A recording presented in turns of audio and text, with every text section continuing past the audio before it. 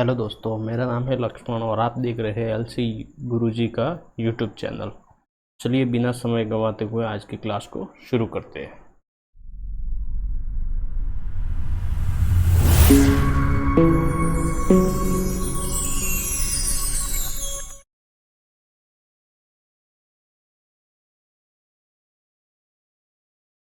हाँ दोस्तों, तो हम ज्योग्राफी की क्लासेस पढ़ रहे थे, जिसके अंतर्गत हम लोगों ने भौतिक प्रदेश शुरू किया था। क्या शुरू किया था? भौतिक प्रदेश हम लोगों ने शुरू किया था।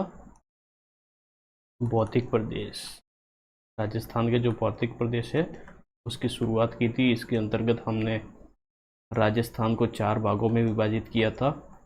सबसे पहला था थार मरुस्थल। किसमें विभाजित किया था? थार मरुस्थल। दूसरा हमने विभाजित किया था अरावली। तीसरा हम पढ़ने वाले हैं पूर्वी मैदान। और चौथा है हाड़ौती का पठार। चौथा क्या है? हाड़ौती का पठार।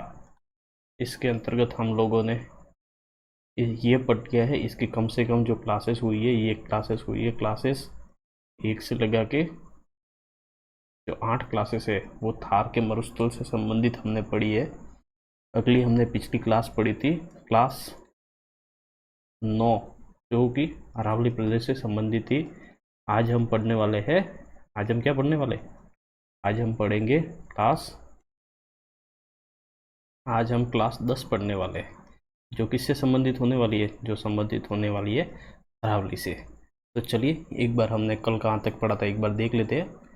हमने कल लास्ट में जो पढ़ा था वो था चौड़ाई में वृद्धि। अरावली की जो चौड़ाई में वृद्धि की दिशा है वो आती है उत्तर पूर्व से दक्षिण पश्चिम की ओर, और इसकी जो ऊंचाई है उसकी ऊंचाई में भी वृद्धि की दिशा सेम ही है। कौन सी है? उत्तर पूर्व से दक्षिण पश्चिम की ओर। ये हमने पढ़ लिया था। ये हमने दिशा के बारे में देखा था कि किस तरीके से जो है इसकी दिशा आती है चौड़ाई में वृद्धि की और ऊंचाई में वृद्धि की। चलिए आगे बढ़ते हैं। आज हमारी कौन सी क्लास है? आज हमारी है 10वीं क्लास है। और ये 10वीं क्लास किससे संबंधित है? ये संबंधित है अरावली प्रदेश से संबंधित है। अरावली प्रदेश की ये दूसरी क्लास है। अरावली प्रदेश की ये कौन सी क्लास है? ये है दूसरी। पहले के अंतर्गत हमने थोड़ी बहुत बातें कर ली थी। आज हम आगे बढ़ते हैं। तो अरावली में अगर पूछा जाए कि अरावली का जो सर्वाधिक विस्तार है वो किस जिले में है? सर्वाधिक विस्तार किस जिले में है? तो इसका आंसर हो जाएगा उदयपुर। कौन सा हो जाएगा? उदयपुर जिला। तो लिख लेते हैं अरावली प्रदेश का सर्वाधिक विस्तार। अरावली प्रदेश का सर्वाधिक विस्तार उदयपुर जिले में है। सर्वाधिक विस्तार उदयपुर जिले में है। इसमें कौन से जिले में? उदयपुर जिले में है। तो ये बात आप ध्यान में रखेंगे कि अगर अरावली का सर्वाधिक विस्तार की बात करें तो वो जो सर्वाधिक विस्तार आएगा वो आएगा उदयपुर जिले में। ये सबसे महत्वपूर्ण पॉइंट है। कई बार पूछा जाता है अरावली का सर्वाधिक विस्तार किस जिले में है, तो आंसर आ जाएगा उदयपुर। और अगर सबसे कम विस्तार की बात करें तो आंसर आएगा, यहीं पे एक बार थोड़ा बहुत लिख लेते। अगर कम की बात करें, कम विस्तार, तो आ जाएगा अजमेर। और अगर ऊंचाई में बात करें, ऊंचाई में मैक्सिमम जो हाइट है वो आती है गुरु शिखर। गुरु शिखर कौन से जिले में पड़ता है? गुरु शिखर पड़ता है सिरोही जिले में। कौन से जिले में? सिरोही जिले में। और हाइट है वो अगर मिनिमम है, न्यूनतम पूछे, तो आंसर आ जाएगा अजमेर जिला। ये बात आप ध्यान में रखेंगे। लेकिन फिर भी एक बार यही भी आप ध्यान रख लीजिए, आगे स्लाइड बनाई हुई है उसके अंतर्गत भी हम लिखेंगे। तो ये 4 पॉइंट अपन को ध्यान में रखना है। सबसे पहला है जो अरावली का विस्तार सर्वाधिक विस्तार है वो है उदयपुर जिले में, न्यूनतम विस्तार अजमेर जिले में, हाइट है वो मैक्सिमम है सिरोही जिले में, और हाइट मिनिमम है वो है अजमेर जिले में। कौन से जिले में? अजमेर जिले में न्यूनतम हाइट है। कौन से जिले में न्यूनतम हाइट है? न्यूनतम हाइट है अजमेर जिले में।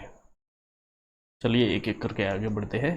न्यूनतम विस्तार, ये देखिए ये आ गया। न्यूनतम विस्तार हमने किसकी बात की है?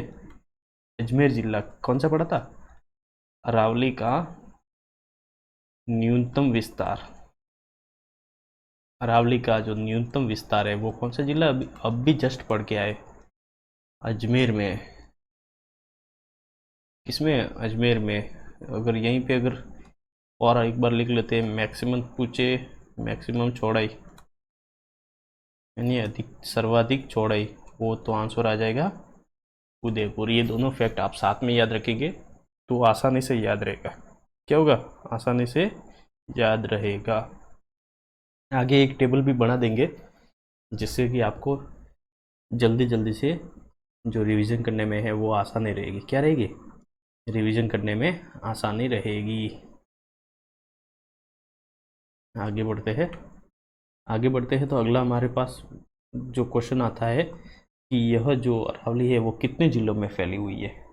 तो अरावली है वो राजस्थान के कितने, यह राजस्थान के, यह राजस्थान के लगभग 13 जिलों में फैली हुई है। ये राजस्थान के लगभग 13 जिलों में फैली हुई है। ये क्वेश्चन कभी बना नहीं है, लेकिन आप फिर भी अंदाजे से ध्यान रखेंगे कि कितने में, 13 जिलों में फैली है। कितने जिलों में फैली है? 13 जिलों में फैली है। अरावली राजस्थान के कितने जिलों में फैली है? आंसर हो जाएगा राजस्थान के 13 जिलों में फैली हुई है। अगला हमारे पास क्वेश्चन बनता है कि अरावली की सर्वाधिक ऊंचाई हमने पढ़ रखी है, अभी अभी पढ़ के आए हैं। अरावली की सर्वाधिक ऊंचाई उसी जिले में होगी जहाँ पे गुरु शिखर स्थित है।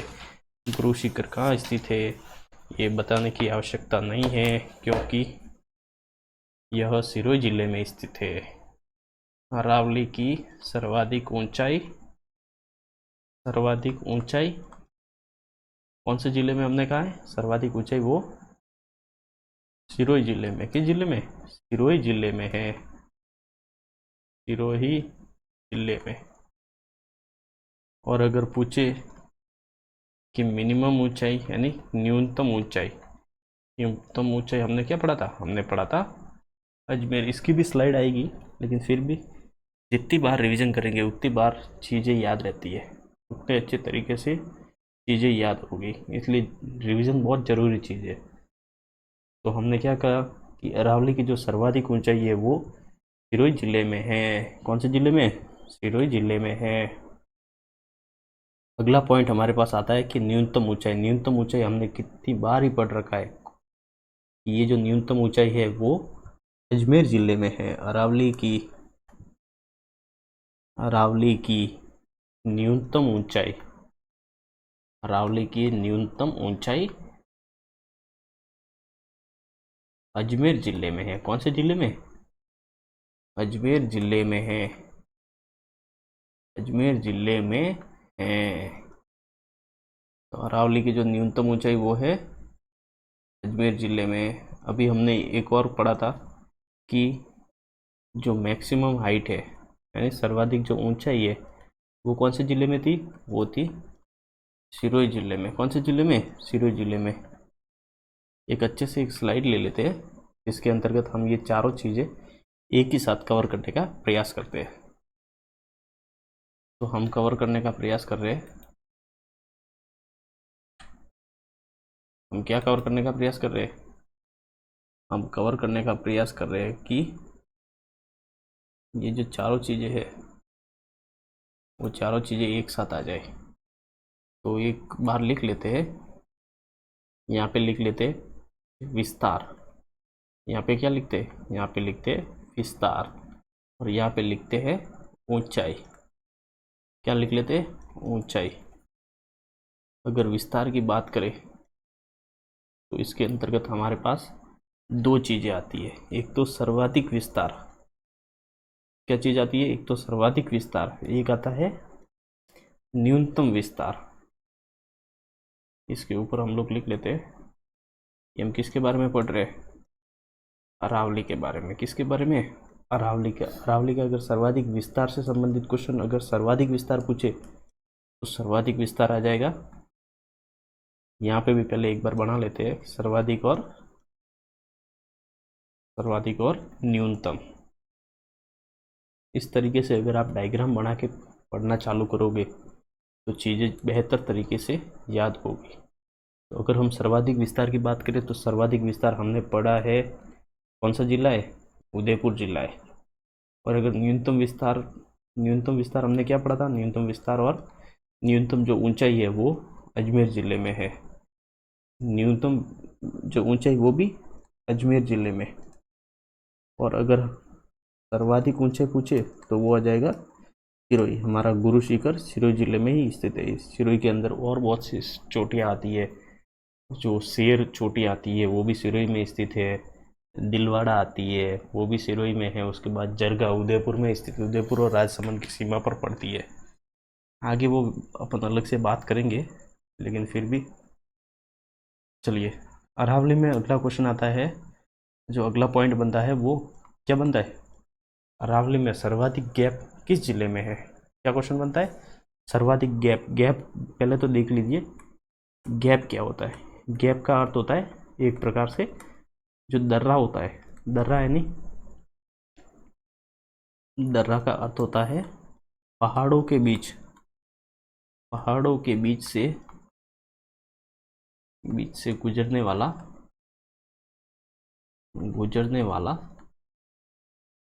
संकरीला रास्ता या संकरीला मार्ग।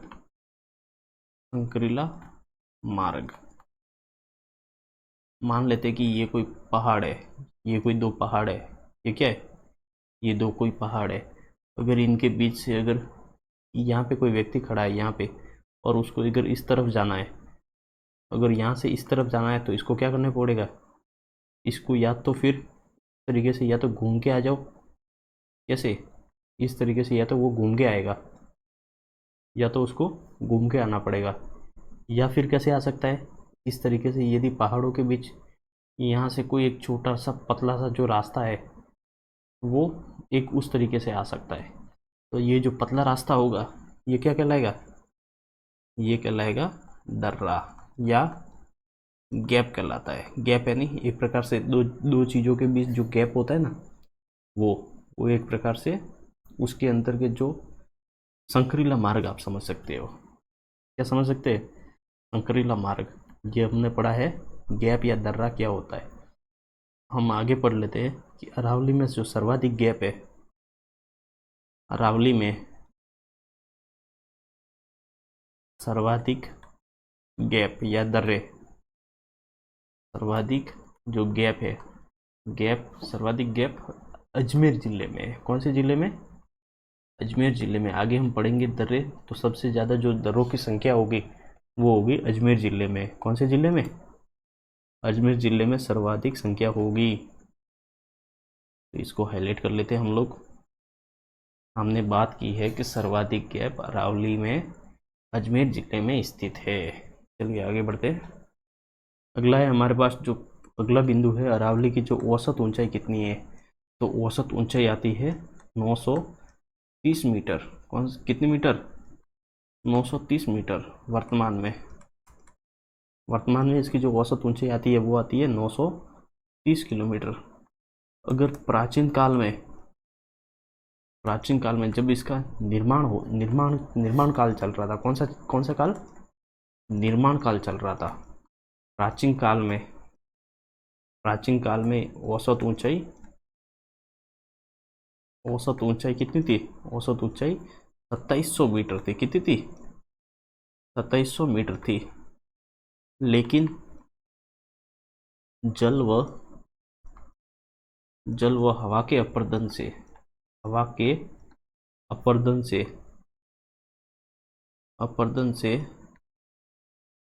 यह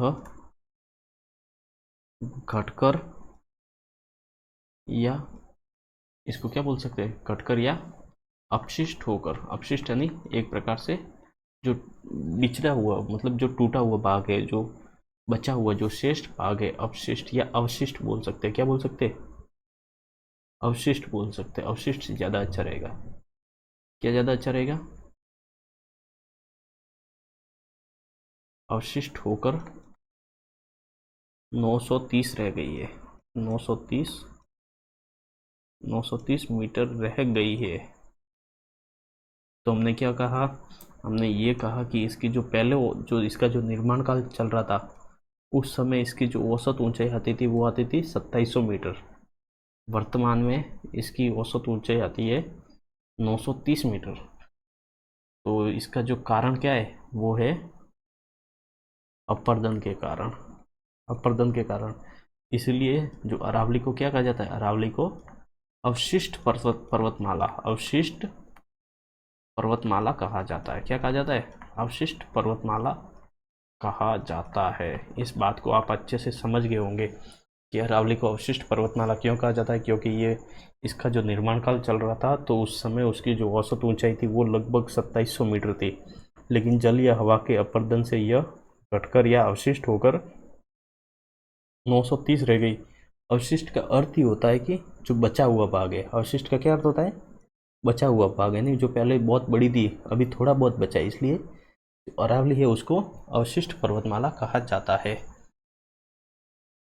तो अगर आपको पूछे कि अरावली की जो औसत ऊंचाई है वो कितनी है, वो है 930 मीटर।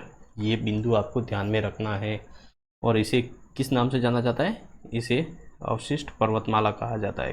क्या कहा जाता है, अवशिष्ट पर्वतमाला। ये दो महत्वपूर्ण बातें हैं, इनको ध्यान रखना बहुत ज़रूरी है, वरना एग्जाम में गड़बड़ घोटाला हो जाएगा। समांतर गुजरने वाला NH, NH का अर्थ होता है जो नेशनल हाईवे। क्या है, इसके समांतर कौन सा नेशनल हाईवे गुजरता है, इसके समांतर कौन सा नेशनल हाईवे गुजरता है। तो इसके समांतर जो नेशनल हाईवे गुजरता है वो है, कौन सा हाईवे गुजरेगा, ये हाईवे गुजरेगा NH 8। ये आप डायरेक्ट ही याद रखेंगे तो अच्छा है, इसका कुछ फैक्ट है, ये डायरेक्ट सिंपल सा फैक्ट है, इसको आप डायरेक्ट याद रखेंगे। अगला क्वेश्चन आता है कि समांतर गुजरने वाली नदी, समांतर गुजरने वाली नदी का क्वेश्चन बनता है तो इसका आंसर आ जाएगा अरावली के समांतर गुजरने वाली नदी, समांतर गुजरने वाली नदी, समांतर गुजरने वाली नदी कौन सी नदी है, हमने बात की है कि समांतर गुजरने वाली नदी है वो है बनास। कौन सी नदी है, बनास नदी है।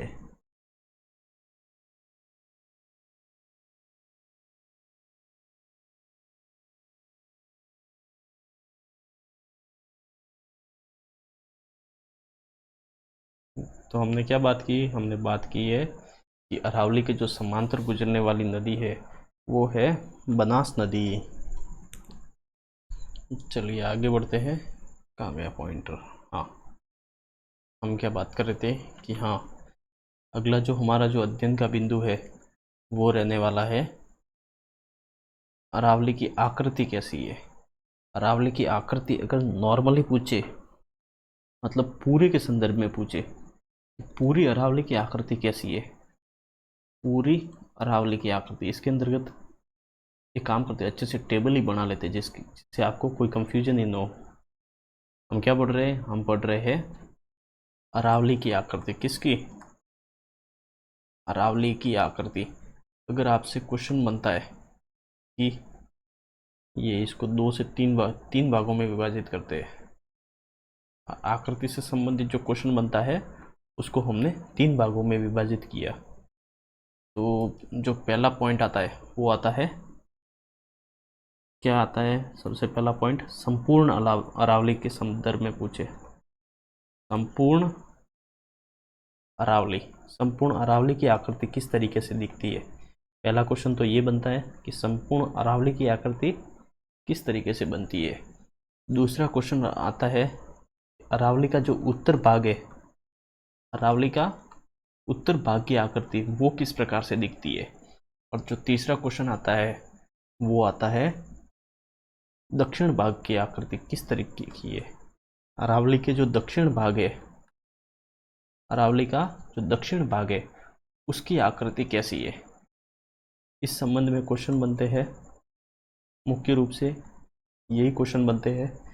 तो इसमें अगर हम सबसे पहले यहाँ पे बात करें, संपूर्ण अरावली की जो आकृति है वो तंदूरा या कान के समान दिखती है। तंदूरा, तंदूरा का अर्थ होता है एक तत्व वाद्य यंत्र होता है, तंदूरा समान। और ये जो तंदूरा है वो किस प्रकार का वाद्य यंत्र है? ये तत्व वाद्य यंत्र है। वाद्य यंत्र में भी क्वेश्चन बनता है कि तंदूरा किस प्रकार का वाद्य यंत्र है। अगर दूसरा इसकी एक और कभी कभी पूछा जाता है कि ये कैसा है, ये जो हमारा कान है, कान के समान है। कैसी आकृति है इसकी? कान के समान है। अगला क्वेश्चन, उत्तर भाग की आकृति। उत्तर भाग की आकृति भेड़ की पीठ के समान है। कैसी है?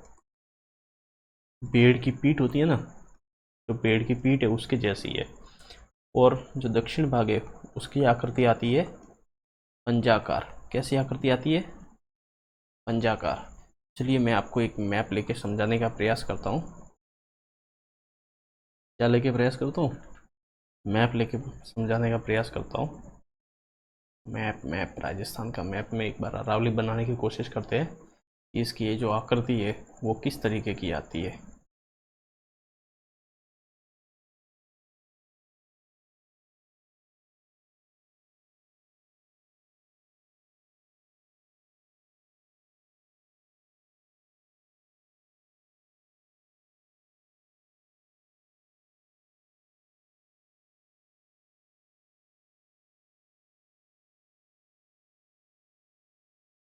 ये देखिए दोस्तों, ये हमारे पास है, ये क्या है? ये है हमारे पास राजस्थान का मैप। इसको एक बार कॉपी कर लेते हैं, आगे काम आएगा।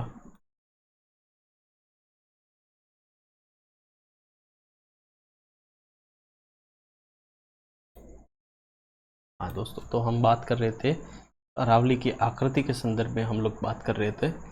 तो सबसे पहले हमने डायरेक्ट संपूर्ण अरावली की बात की। किसकी बात की? संपूर्ण अरावली की बात की। तो जो संपूर्ण अरावली है वो यहाँ से शुरू होती है। कैसे? ये ऐसे अजमेर से होते हुए इस तरीके से आती है, लगभग ये इस तरीके से फैली हुई है। कैसे फैली हुई है? ये इस तरीके से फैली हुई है। तो देखिए ये किस तरीके से दिख रहा है। ये मान लो कोई तंदूरा हो, तंदूरा यानी जो वाद्य यंत्र होता है, तंदूरा वाद्य यंत्र। ये लगभग जो तंदूरा वाद्य यंत्र होता है वो इस तरीके से होता है। कैसे होता है? मैं आपको बनाने का एक बार कोशिश करता हूँ। ये इस तरीके का, ये जो होता है ना, ये इस तरीके का वाद्य यंत्र होता है। यहाँ से इसकी तारें लगी हुई होती है। ये सेम टू सेम डिटो इसके जैसा ही दिख रहा है। ये कैसा है? ये एक तंदूर के जैसा है। अगर नॉर्मल ये देखें, ये तो ये क्या दिख रहा है? ये कान दिख रहा है। और अगर हम बात करें, आप लोग यहाँ पे ये देख रहे होंगे, ये वाला भाग, तो ये क्या है? ये भेड़ शिला की तरह दिख रहा है। ये इसका भेड़ की पीठ के समान है। ये क्या है? उत्तरी भाग कैसा है? भेड़ की पीठ के समान दिख रहा है। भेड़ की पीठ जैसे दिख रहा है। कैसे दिख रहा है? भेड़ की कोई मानो पीठ हो। और अगर आप ध्यान से अगर इस भाग को देखेंगे तो ये इस तरीके से है। कैसे है? ये इस तरीके से। मान लो ये किसी का क्या है? ये किसी का कोई पैर है। पैर यानी पंजा है। ये कैसा दिख रहा है? पंजाकार दिख रहा है। तो आशा करता हूँ ये आप समझ गए होंगे। हमने क्या बात की है? हमने बात की है कि इसकी जो आकृति है, अगर संपूर्ण अरावली की आकृति पूछे तो वो आ जाएगी तंदूरा के समान, या फिर जो मनुष्य का जो कान होता है जिसे कर्ण बोलते हैं उसकी आकृति के समान दिखता है। और अगर उत्तरी भाग की आकृति देखें तो उत्तरी भाग की आकृति है वो आती है भेड़ की पीठ के समान। कैसी आकृति है? भेड़ की पीठ के समान। अगला है कि दक्षिण भाग की आकृति कैसी है। दक्षिण भाग की आकृति आपको कैसी दिखी थी? हमने दिखाई थी, मान लो किसी का पंजा हो, पंजा यानी पैर का निशान, तो वो आकृति है पंजाकार। चलिए आगे बढ़ते हैं।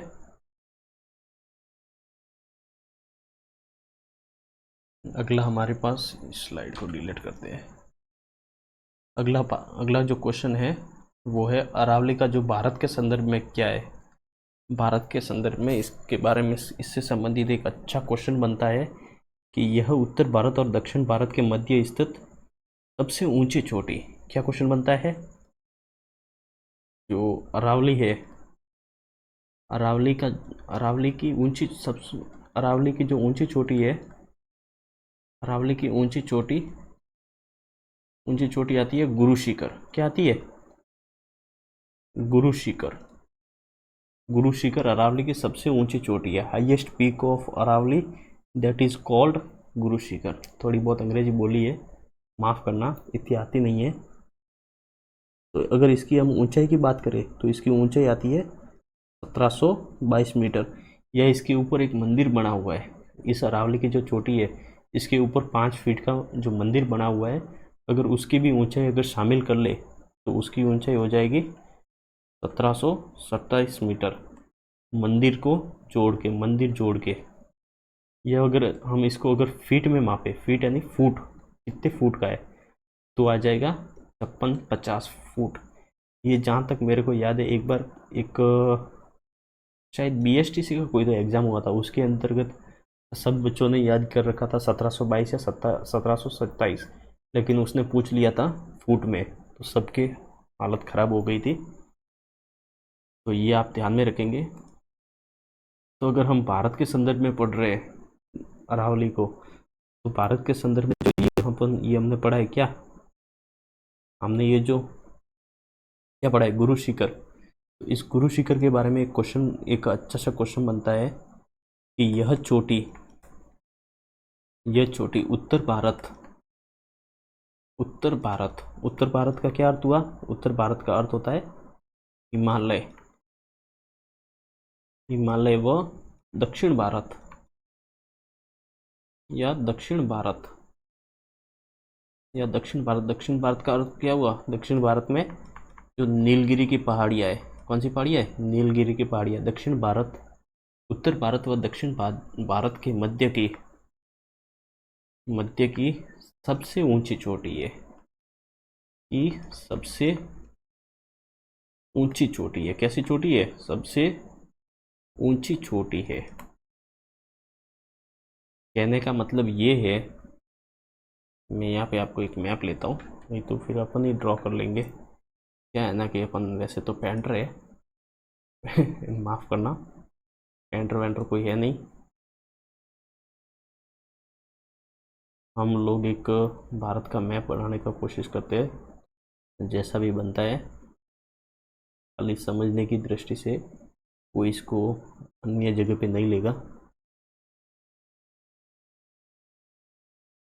ये है हमारा भारत महान। ये क्या है? ये है भारत। हमने कहा है कि हमने क्या कहा है? हमने कहा है कि यहाँ पे एक चोटी पड़ती है, यहाँ पे ये जो उत्तर भारत की मतलब यहाँ पे अरावली पड़ती है। सॉरी, अरावली दी, इसको क्या बोलेंगे? इसको बोलेंगे, ये क्या है? ये है हिमालय। और हिमालय कहाँ स्थित है? हिमालय स्थित है उत्तर भारत में। कहाँ स्थित है? उत्तर भारत में। और इसी के जैसा यहाँ पे एक चोटियाँ पड़ती है जिसे कहते हैं, ये जो देख रहे हैं ना, ये आप देख रहे हैं, ये है नीलगिरी की पहाड़ियाँ। ये क्या है? इसको अगर हम ब्लू पेन से लिखेंगे तो नीली नीली पहाड़ियाँ, नीला नीला कलर अच्छा दिखेगा। ये है नीलगिरी की पहाड़ियाँ। ये क्या है? ये है नीलगिरी की पहाड़ियाँ, और ये सबसे दक्षिण में है। और ये तो फिर क्या कहेंगे इसको? ये दक्षिण भारत की है। तो अगर इसकी एक चोटी आती है, इसकी चोटी सर्वोच्च चोटी, और इसकी चोटी सर्वोच्च है, इसकी सर्वोच्च चोटी कौन सी है? यहाँ पे एक पड़ती है जिसको कहेंगे माउंट एवरेस्ट। इन दोनों चोटियों को अगर छोड़ दे, तो अगर इनके बीच सर्वाधिक ऊंची चोटी है तो वो केवल और केवल राजस्थान के यहाँ पे अरावली पड़ती है। यहाँ पे क्या पड़ती है? ये है अरावली। अरावली में एक चोटी पड़ती है यहाँ पे, जो कि सिरोही जिले में स्थित है। वो कौन सी चोटी है? वो है गुरु शिखर। कौन सी चोटी है? गुरु शिखर। ये उत्तर भारत यानी हिमालय, और दक्षिण भारत का क्या होता है? नीलगिरी के पहाड़ियाँ। इन दोनों के बीच अगर कोई सबसे ऊंची चोटी है तो वो है गुरु शिखर। इस बात को भी आप ध्यान रखेंगे। हमने यही बात बताने का यहाँ पे प्रयास किया है। अरावली की जो सबसे ऊंची चोटी है वो है कौन सी है? वो है गुरु शिखर। इसकी ऊंचाई आप देख लेना।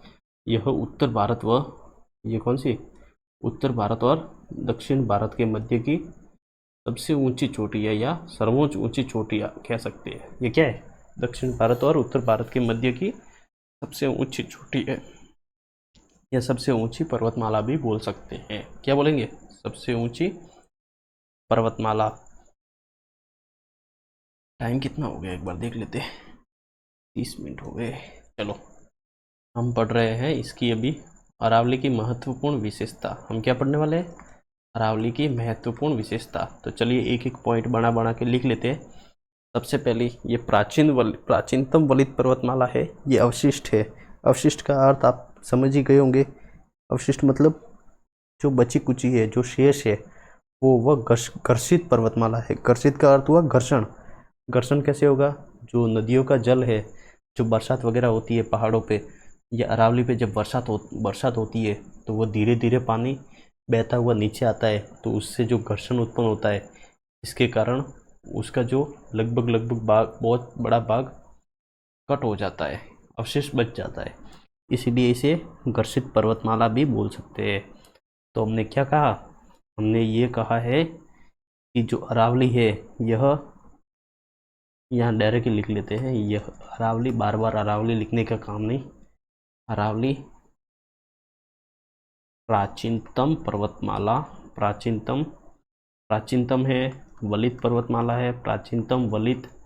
ये कैसी है? ये है अवशिष्ट। अवशिष्ट क्यों बोल रहे हैं? क्योंकि ये अवशिष्ट यानी पहले इसकी हाइट ज़्यादा थी और अभी कम रह गई है। अवशिष्ट व घर्षित पर्वतमाला है। क्या है? घर्षित पर्वतमाला है। घर्षित पर्वतमाला है। घर्षित क्यों है? क्योंकि ये जो जल है,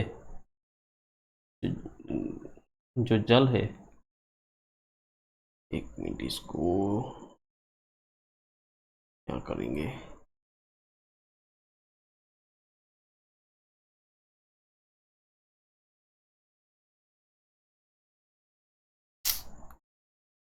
बस यहाँ से लेना पड़ता है। घर्षित पर्वतमाला है। तो हमने क्या बात की है? हमने बात की है जो अरावली है वो प्राचीनतम वलित पर्वतमाला है, अवशिष्ट पर्वतमाला है, वह घर्षित पर्वतमाला है। क्यों कहेंगे इसको प्राचीनतम? क्योंकि इसका जो निर्माण है वो आदि महाकल्प में हुआ था, जो सबसे पहला युग है उसके अंतर्गत हुआ था। अवशिष्ट यानी बची हुई है, यानी पहले इसकी हाइट बहुत ज़्यादा थी, अब एक अवशिष्ट रूप में है। घर्षित क्योंकि नदियों के द्वारा घर्षण होता है, जिसके कारण इसका अपर्दन लगातार या निरंतर रूप से हो रहा है। इस कारण से इसको घर्षित पर्वतमाला भी कहा जाता है। दूसरी जो इसकी विशेषता है, यह क्या है? यह पश्चिमी मरुस्थल के विस्तार को रोकता है। पश्चिम में जो मरुस्थल है उसका जो, मान लेते हैं एक छोटा सा मैप बनाता हूँ। ये है हमारे पास, ये क्या है? ये है राजस्थान का मैप। ये क्या है? ये है राजस्थान का मैप। और ये हमारे पास है अरावली। इसका जो यहाँ पे इस तरफ कौन क्या है? इस तरफ है मरुस्थल। और मरुस्थल का विस्तार को इधर से इधर बहने से ये अरावली है, ये बीच में क्या कर रही है? ये एक प्रकार से रोक रही है।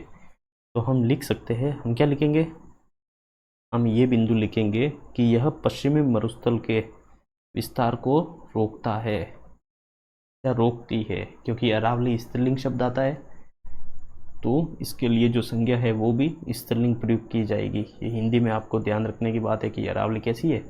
स्त्रीलिंग शब्द है। अरावली एक स्त्रीलिंग शब्द है। यह पश्चिमी मरुस्थल के विस्तार को रोकता है। यह पश्चिमी मरुस्थल के विस्तार को विस्तार को रोकता है। क्या करता है ये? पश्चिमी मरुस्थल के विस्तार को रोकता है। इस बात को आप ध्यान में रखेंगे। चलिए आगे बढ़ते हैं, अगला पॉइंट लेते हैं। अगला पॉइंट है, इसके कारण पूर्वी राजस्थान में वर्षा ज़्यादा होती है। क्या होती है? पूर्वी राजस्थान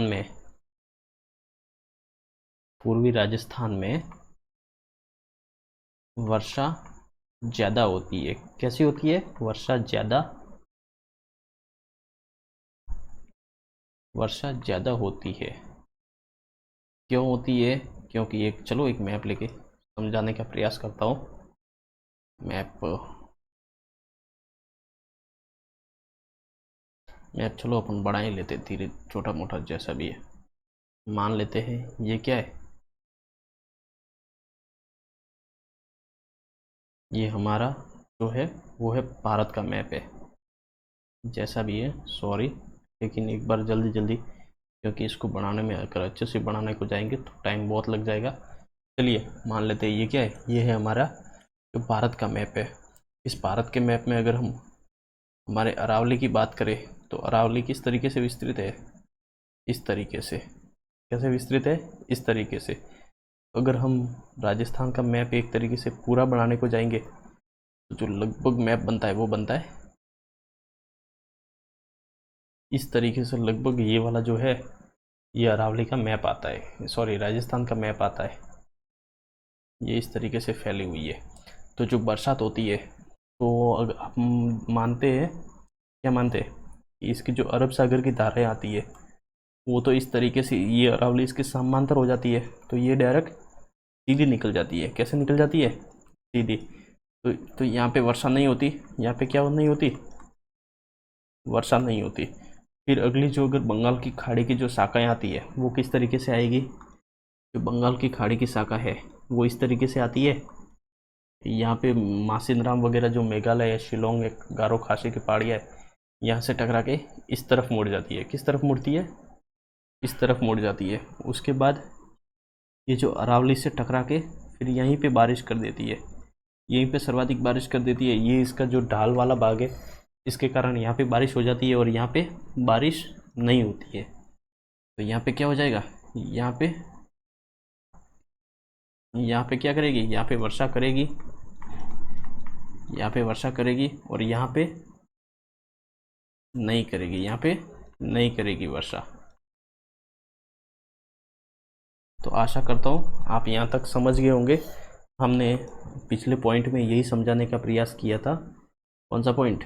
कि पूर्वी राजस्थान में वर्षा ज़्यादा होती है। इसका कारण क्या है? कि ये जो अरावली है वो जो बंगाल की खाड़ी से आने वाली जो मानसूनी हवाएं हैं उनके बीच में अवरोधक का कार्य करता है, जिससे अरावली के जो पूर्व का हिस्सा है, जो हम पूर्वी मैदान है, वहाँ पे तो ज़्यादा वर्षा होती है। और जो अरावली के जो पश्चिम में है, अरावली के जो पश्चिम में है वहाँ पे वो उसका एक प्रकार से जो ढाल के विपरीत हो जाता है, तो इस कारण से वहाँ पे वर्षा नहीं होती है। चलिए आगे बढ़ते हैं। अगला हम लेते हैं चौथा जो पॉइंट है हमारे पास, वो क्या है? चौथा हमारे पास जो पॉइंट है, पश्चिमी राजस्थान में वर्षा हेतु बाधा उत्पन्न करता है।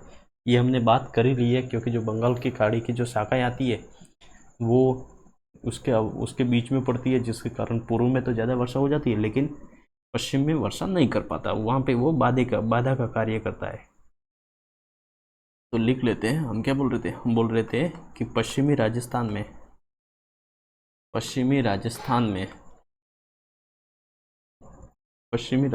वर्षा हेतु बाधा उत्पन्न करता है। वर्षा हेतु पश्चिमी राजस्थान में वर्षा हेतु बाधा उत्पन्न करती है। क्या करती है? ये बाधा उत्पन्न करती है। ये भी हमने देख लिया है किस प्रकार से ये बाधा उत्पन्न करती है। चलिए अगला पॉइंट, पांचवा पॉइंट लेते हैं। पांचवा पॉइंट हमारे पास है अरब सागर के मानसून के समांतर है। ये देखिए, ये जो अरब सागर का मानसून आता है ये इस तरफ कौन सा सागर है? अरब सागर है। और इस तरफ बंगाल की खाड़ी है। तो ये देखो, ये इसके समांतर है, ये इस तरीके से, और अरावली की दिशा भी यही है, तो इस कारण से ये सीधी निकल जाती है और ज़्यादा वर्षा नहीं कर पाती है। तो हम लिख लेंगे कि अरब सागर के मानसून के समांतर है। क्या लिखेंगे? यह अरब सागर के मानसून के अरब सागर के मानसून के समांतर स्थित है। अरब सागर के मानसून के समांतर स्थित है। समांतर का अर्थ हुआ डायरेक्ट उसके सीध में है, इसी कारण से अतः पश्चिमी राजस्थान में कम वर्षा होती है। पश्चिमी राजस्थान में कम वर्षा होती है। कम वर्षा या न के बराबर वर्षा होती है। कम वर्षा होती है। चलिए आगे बढ़ते हैं, अगला पॉइंट लेते हैं। अगला पॉइंट है हमारे पास छठा, सर्वाधिक अभ्यारण्य है। जो अरावली है, अरावली में सर्वाधिक जो अभ्यारण्य है वो पाए जाते हैं। सर्वाधिक अभ्यारण्य राजस्थान में सर्वाधिक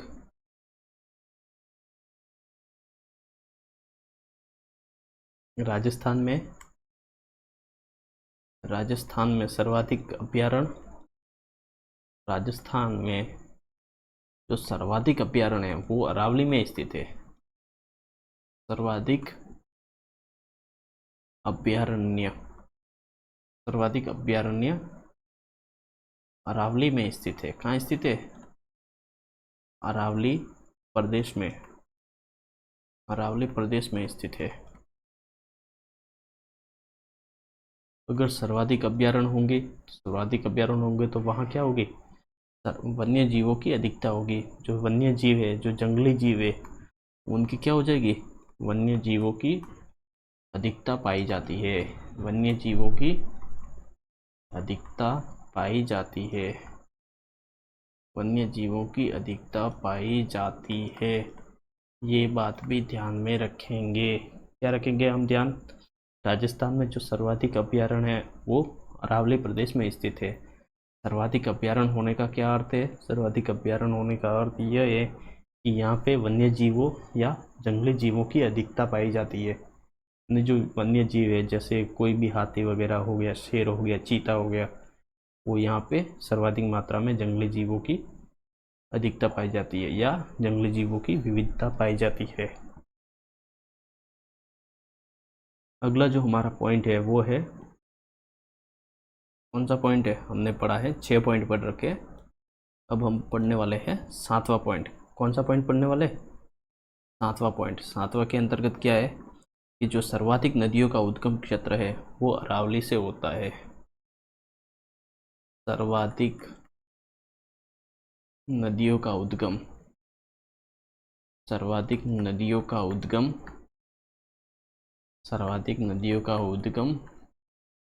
अरावली से होता है। किससे होता है? अरावली से होता है। सर्वाधिक नदियों का उद्गम अरावली से होता है। ये भी बहुत अच्छा पॉइंट है, बहुत बार पूछा जाता है, क्वेश्चन डायरेक्ट बनता है कि राजस्थान में सर्वाधिक नदियों का उद्गम किस भौतिक प्रदेश से होता है। तो आंसर क्या हो जाएगा? आंसर हो जाएगा अरावली से, क्योंकि ये पर्वतीय है, यहाँ पे ऊंचाई में बारिश होती है, तो धीरे धीरे जो जल है वो नीचे नदियों के रूप में आता रहता है। क्या रहता है? नदियों के रूप में आता रहता है। अगला जो पॉइंट है वो है धात्विक खनिजों की दृष्टि से संपन्न प्रदेश। अगला हमारे पास क्या पॉइंट है? अगला जो पॉइंट है वो है धात्विक खनिजों की दृष्टि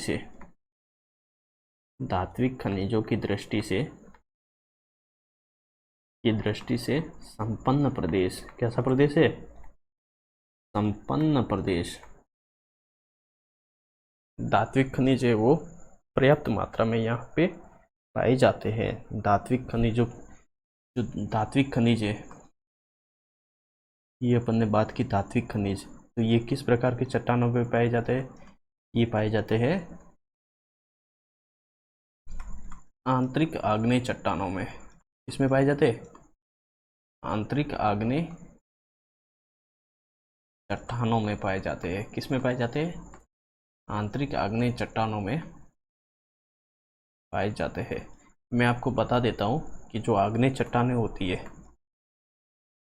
एक नई स्लाइड ले लेते हैं तो ठीक रहेगा। मैं आपको बता रहा था, क्या बता रहा था, कि आग्नेय चट्टानें हैं, आग्नेय चट्टानें जो प्रारंभिक चट्टानें होती है वो दो प्रकार की होती है। कैसे, कितने प्रकार की? दो प्रकार की होती है। सबसे पहला भाग इसके अंतर्गत आता है आंतरिक, जो चट्टानें धरती के अंदर रहती है, आंतरिक आग्नेय चट्टानें, आंतरिक आग्नेय चट्टानें। और दूसरी होती है बाह्य आग्नेय चट्टानें। कैसी होती है? बाह्य आग्नेय चट्टानें। जो आंतरिक आग्नेय चट्टानें होती है इन्हें कहा जाता है एक प्रकार से ग्रेनाइट चट्टानें कहा जाता है। इन्हें क्या कहा जाता है? इन्हें कहा जाता है ग्रेनाइट चट्टान कहा जाता है। और जो बाह्य आग्नेय चट्टानें होती है उन्हें कहा जाता है बेसाल्ट चट्टानें। क्या कहा जाता है? इन्हें कहा जाता है बेसाल्ट चट्टानें। जो ग्रेनाइट चट्टानें होती है इसमें किस चीज़ की प्रधानता होती है? इसमें जो प्रधानता होती है वो होती है धात्विक खनिज पर्याप्त मात्रा में मिलते हैं। धात्विक खनिज इसमें पर्याप्त मात्रा में मिलते हैं। और बेसाल्टिक चट्टान होती है, इसमें कौन सा खनिज पाए जाते हैं? इसमें अधात्विक खनिज पर्याप्त मात्रा में पाए जाते हैं। अधात्विक खनिज, या जैसे कि मतलब मान सकते हैं जैसे कि कोई पत्थर है, पत्थर वाले जो चट्टान है, जो पत्थर वाले जो खनिज होते हैं, जैसे तांबड़ा हो गया, पन्ना हो गया, वो वाले खनिज बेसाल्टिक चट्टानों में सर्वाधिक पाया जाता है। अगर इसमें एकमात्र जो बेसाल्टिक चट्टानें हैं इसमें एकमात्र धात्विक खनिज पाया जाता है, एकमात्र धात्विक खनिज। धात्विक खनिज वो आता है, वो बहुत इंपॉर्टेंट है, बहुत बार पूछा जाता है। एकमात्र जो धात्विक खनिज है वो आता है एल्यूमिनियम। कौन सा आता है? एल्यूमिनियम। जो एल्यूमिनियम रहता है वो बेसाल्टिक चट्टानों में पाया जाता है। बाकी सारे के सारे जितने भी धात्विक खनिज आएंगे वो ग्रेनाइट चट्टानों में पाए जाएंगे या आंतरिक आग्नेय चट्टानों में पाए जाएंगे। तो हम बात कर रहे थे कि जो अरावली है, अरावली आंतरिक आग्नेय चट्टानों का उदाहरण है। तो इसके अंदर वो क्या बोलते हैं, सीधी सी बात है कि वहाँ पे धात्विक खनिजों की दृष्टि से यह संपन्न होगा। चलिए आगे बढ़ते हैं, अगला बिंदु लेते हैं। अगला बिंदु है महान जल विभाजक रेखा का कार्य करता है। यह महान जल विभाजक, महान जल विभाजक रेखा या भारतीय जल विभाजक रेखा या भारतीय जल विभाजक रेखा का कार्य करता है। जल विभाजक रेखा का कार्य करता है। कैसा कार्य करता है? भारतीय जल विभाजक रेखा का कार्य करता है। जल विभाजक रेखा का क्या अर्थ हुआ? चलिए एक बार वापस मैं आपको समझाने का प्रयास करता हूँ।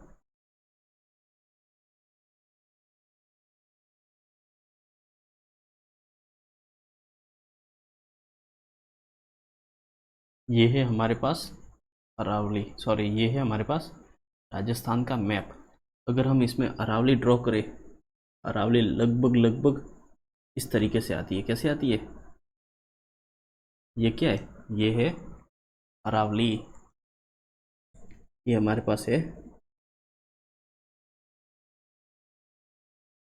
अरावली। ये क्या है? ये है अरावली। तो इसके अंतर्गत अगर हम नदियों की बात करें तो एक नदी इस तरफ से जो नदियाँ निकलेगी, इस तरफ से जो नदियाँ निकलेगी वो किस तरफ जाएगी? वो जाएगी अरब सागर में। वो किस में जाएगी? वो जाएगी अरब सागर में। और इस तरफ से जो नदियाँ निकलेगी वो जाएगी सीधी बंगाल की खाड़ी में। किस में जाएगी? वो जाएगी बंगाल की खाड़ी में। अगर हम एग्जाम्पल के तौर पे देखें तो यहाँ से अजमेर से एक नदी निकलती है अजमेर से कौन सी नदी निकलती है? अजमेर से एक नदी निकलती है, लूणी नदी। वो इस तरीके से होते हुए कच्छ के रन में जाती है। कैसे जाती है? कच्छ के रन में जाती है। यहाँ पे एक नदी आती है, उदयपुर से निकलती है। कहाँ से? उदयपुर से। तो वो इस तरीके से साबरमती नदी है, वो भी इसी तरीके से जाती है। वो जो इधर की नदियाँ, इधर इसके जो मतलब एक तरीके से पश्चिमी ढाल से जो नदियाँ निकलती है, अरावली के जो पश्चिमी ढाल से जो नदियाँ निकलती है वो अरब सागर में जाती है। और अरावली के जो पूर्व से निकलती है, जैसे कि यहाँ से एक बाणगंगा नदी निकलती है। कौन सी नदी निकलती है? जयपुर से। जयपुर के विराटनगर या बैराट की जो पहाड़ियाँ हैं, वहाँ से बाणगंगा निकलती है और वो जाके आगे यमुना में मिलती है, और यमुना नदी गंगा में मिलती है, और गंगा नदी सीधे जाके बंगाल की खाड़ी में आती है। तो इस तरीके से जो यहाँ की नदियाँ हैं, पश्चिम से जो नदियाँ निकलेगी वो जाएगी बंगाल की खाड़ी में, और जो पूर्व से जो नदियाँ निकलेगी वो जाएगी अरब सागर में। कहाँ जाएगी? अरब सागर में।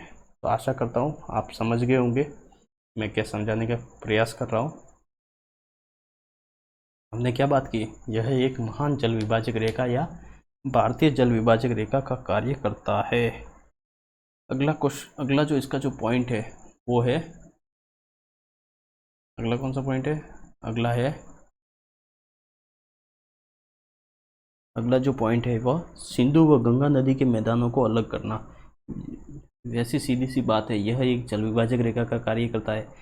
तो ये दो जो बेसिन आते हैं, सिंधु नदी का और गंगा नदी के मैदानों को अलग करता है। तो ये भी एक सीधा सा पॉइंट है, ये भी लिख लेते हैं ताकि जब परीक्षा में इससे संबंधित क्वेश्चन बने तो वह हमारे गलत ना हो, क्योंकि अगर पढ़ा हुआ रहेगा तो पट से याद आ जाएगा। सिंधु व गंगा नदी के मैदानों को, गंगा नदी के मैदानों को अलग करता है। कौन अलग करता है? अरावली अलग करती है।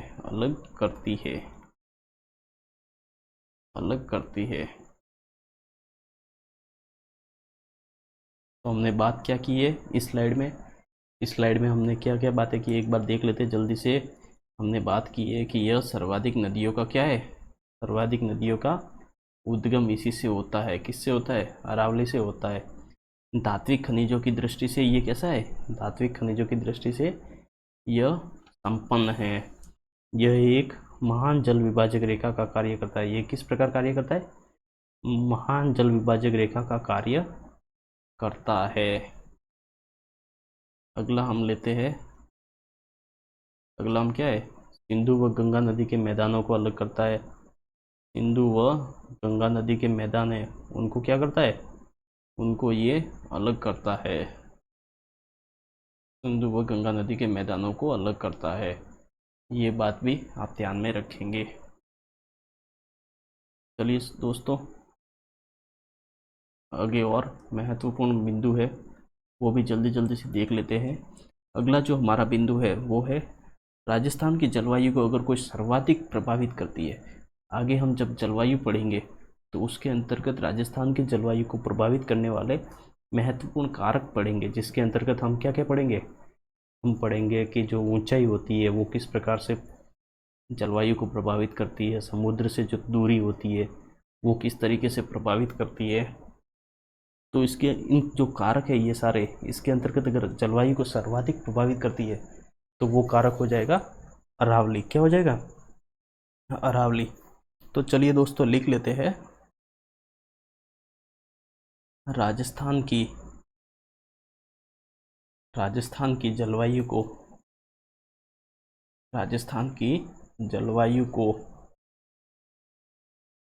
प्रभावित करने वाला, प्रभावित नहीं लिखेंगे, इसको लिखेंगे सर्वाधिक प्रभावित करने वाला कारक है। सर्वाधिक प्रभावित करने वाला कारक है। सर्वाधिक प्रभावित करने वाला कारक है। प्रभावित करने वाला कारक है। तो हमने क्या बात की है? हमने बात की है राजस्थान की जलवायु को सर्वाधिक अगर कोई प्रभावित करती है तो वो है अरावली। 12वां पॉइंट है हमारे पास, वो है सर्वाधिक सघन वनस्पति पाई जाती है अरावली में या अरावली प्रदेश में। अरावली प्रदेश में अगर वनस्पति की बात करें तो सघन वनस्पति पाई जाती है। सघन यानी बहुत ऐसे कैसे बोल सकते हो उसको, मतलब सघन घन है, सघन है, सघन यानी बहुत, मतलब विस्तृत रूप में है। सघन वनस्पति पाई जाती है, सघन वनस्पति पाई जाती है। अगर सघन वनस्पति की बात करें यानी सर्वाधिक वन पाए जाते हैं। क्या अर्थ हुआ इसका? इसका अर्थ हुआ सर्वाधिक वन। सर्वाधिक वन कहाँ होंगे? राजस्थान में। अगर सर्वाधिक वन अगर बात करें, अगर एरिया की दृष्टि से देखते हैं तो वो आता है उदयपुर में। और उदयपुर किस भौतिक प्रदेश में आता है? वो आता है अरावली में। किस में आता है? अरावली में। तो ये बात भी आप ध्यान में रखेंगे कि जो अरावली प्रदेश में सघन वनस्पति पाई जाती है। कैसी वनस्पति पाई जाती है? सघन वनस्पति पाई जाती है। चलिए साथियों, अगला बिंदु ले लेते हैं 13वां, वो है सर्वाधिक जनजातियों की आश्रय स्थली। सर्वाधिक, अरावली है, अरावली राजस्थान की, अरावली है वो राजस्थान की सर्वाधिक, राजस्थान की सर्वाधिक जनजातियों की आश्रय स्थली है। किसकी आश्रय स्थली है? सर्वाधिक जनजातियों की आश्रय स्थली है। सर्वाधिक जनजातियों की आश्रय स्थली है, स्थली है। किस तरीके से है वो भी अगर आप चाहे तो इसमें दो जो जनजातियां हैं वो इसका अपवाद आते हैं। कौन सी दो जनजातियां? अपवाद स्वरूप दो जनजातियां आती है। पहली आती है, पहली जो जनजाति है वो अपवाद स्वरूप आती है हमारे पास सांची जनजाति। कौन सी जनजाति? सांची। सांची निवास करती है भरतपुर में। किसमें निवास करती है? इस जिले में, भरतपुर में। और दूसरी एक आती है कथोड़ी जनजाति। दूसरी कौन सी आती है? कथोड़ी जनजाति। तो कथोड़ी जनजाति है वो निवास करती है लगभग कोटा में। बाकी सारी जनजातियां हैं, जैसे कि एग्जाम्पल के तौर पर अपन ले लेते हैं, एग्जाम्पल के तौर पर अपन क्या ले लेते हैं, मैप के अंतर्गत एक एक करके देखने का प्रयास करें। चलो देख लेते हैं। सर्वाधिक अगर मीणा जनजाति की बात करें तो सर्वाधिक, पहले तो हम एक बार अरावली ड्रॉ कर लेते हैं। क्या कर लेते हैं? कल से एक मैप बनाऊंगा जिसके अंतर्गत अरावली तो फिक्स ही रख लेंगे, ताकि हमें बार बार बनाने का जो है समय है वो बच जाएगा। क्या बच जाएगा? बार बार बनाने का जो समय है वो बच जाएगा।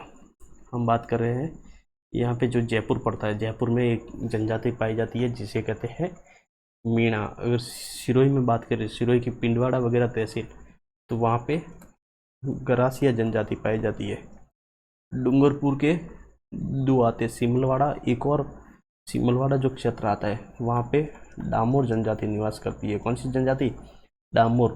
उदयपुर हो गया, डूंगरपुर हो गया, पासवाड़ा हो गया, यहाँ पे एक जनजाति निवास करती है जिसे मैक्सिमम रूप से भील जनजाति कहते हैं। और बहुत सारी जनजातियाँ निवास करती है। ये सब क्योंकि ये एक प्रकार से ये सर्वाधिक वन भी पाए जाते हैं। सर्वाधिक क्या पाए जाते हैं? सर्वाधिक वन है, सर्वाधिक वन पाए जाते हैं। इसमें अरावली में, तो अरावली में सर्वाधिक वन है। तो इसी कारण से यहाँ पे जो जनजातियाँ है वो जनजातियाँ मुख्य रूप से वनों पे ही निर्भर होती है। तो जहाँ वन अधिक होंगे वही जनजातियों की जो आश्रय स्थली है वो अधिक पाई जाएगी। क्या पाई जाएगी? वो अधिक निवास करेगी। तो चलिए दोस्तों, आज की क्लास, समय कितना हो गया? समय 1 घंटा हो गया है। तो मैं आपको बता देता हूँ, क्या बताता हूँ, मैं आपको ये बताने का कोशिश कर रहा हूँ कि आज की क्लास तो यहीं पे हम समाप्त करते हैं। क्लास कैसी लगी? क्लास के संदर्भ में है, क्लास को आप लाइक कर दीजिएगा, शेयर करना ना भूलें और कमेंट करके बताइएगा कि क्लास आपको कैसी लगी है। और अगर आप क्लास में कोई परिवर्तन या कोई किसी दूसरी सब्जेक्ट की क्लास चाहते हैं तो कमेंट कर दीजिएगा। जितना जल्दी हो सकेगा उसके ऊपर विचार किया जाएगा। और सबसे बड़ी बात, चैनल को सब्सक्राइब ज़रूर कीजिएगा। क्या कीजिएगा? चैनल को सब्सक्राइब। और अगर आपको दूसरी एक और महत्वपूर्ण बात कि अगर क्लास के लिंक, ये क्लास कब अपलोड हुई है और कब आएगी, कैसे बोल तो हुई है या नहीं, इसकी जानकारी के लिए, और जो क्लास अभी हमने पढ़ी है इसकी पीडीएफ के लिए आपको क्या करना पड़ेगा? आप जाएंगे, टेलीग्राम चैनल है हमारा एक, क्या है हमारा? टेलीग्राम चैनल है जिसका नाम आता है एलसी गुरुजी के नाम से, उसको आप ज्वाइन कर लीजिएगा। वहाँ आपको पीडीएफ और क्लास की लिंक मिल जाएगी टाइम टू टाइम। तब तक के लिए बने रहिए, मस्त रहिए, स्वस्थ रहिए। धन्यवाद।